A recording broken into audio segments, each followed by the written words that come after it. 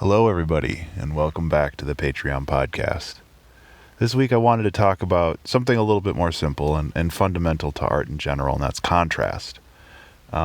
This was spurred by, I got hooked on a mobile game that I've been playing for a while called I Love Hue, which is a really simple puzzle game where it takes a grid of colors, basically a gradient from like blue to red or like light blue to dark blue in harder levels.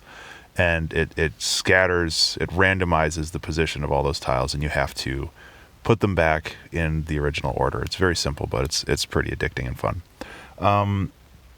But what I found from that is the contrast between adjacent colors and how even though something looks like a dark red next to a different tile, if you put it in its correct position, it looks more light or different. And it got me thinking about how art and how elements of art can have very different qualities and interpretations when they're placed against other things. Now, I know that the pretentious artist in me loves saying the word juxtaposition, because that's basically what this is. It's positioning two things next to each other to create a different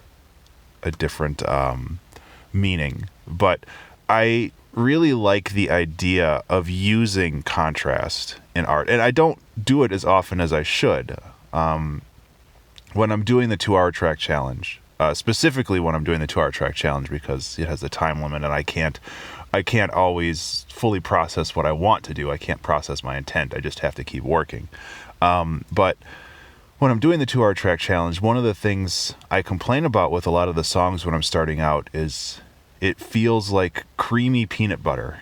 It just feels very flat and boring and predictable. And what happens is that there's no contrast. There's nothing breaking apart the loud parts with the quiet parts. There's no weird elements that are kicking in to create textures that aren't necessarily supposed to be there, but they feel right when they are there. And one of my favorite things to do, and this is usually spurred by somebody in chat, is when I'm making the song and they ask me to put in some dubstep or, some really like aggressive music into my chill out song. And I've found that every time I actually do that, where I put in some like really aggressive bass line, or I put in some more upbeat drums in a place that really doesn't feel like it fits, usually that elevates the song to a level that I was not expecting. And obviously I'm not just dropping it in and moving on. I'm putting it in there and I'm sculpting it to fit the project that I'm working on. But the ability to recognize contrast and put it into your art is very, very valuable. And I can't stress enough that if you are feeling stuck in a particular part of your creative process, to inject some randomness in it and to roll with whatever comes out of that.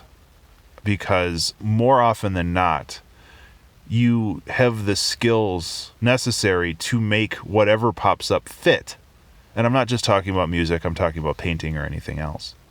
But once you have those tools and once you have the knowledge of how to manipulate the art that you're working with, it's not necessarily about how you add things, but it's what you add and how you make everything fit together. Because having that contrast is very, very important. It makes art interesting to experience in a lot of ways. And I mean, I guess drone music and some of the other more relaxing style musics aren't designed for contrast, but that they also serve a different purpose as well. So I think that's pretty much everything I have for today. I'm sure I could dig up more ideas on what to talk about with this, but I think I'm good for now. So thank you so much for listening, and thank you so much for supporting this Patreon.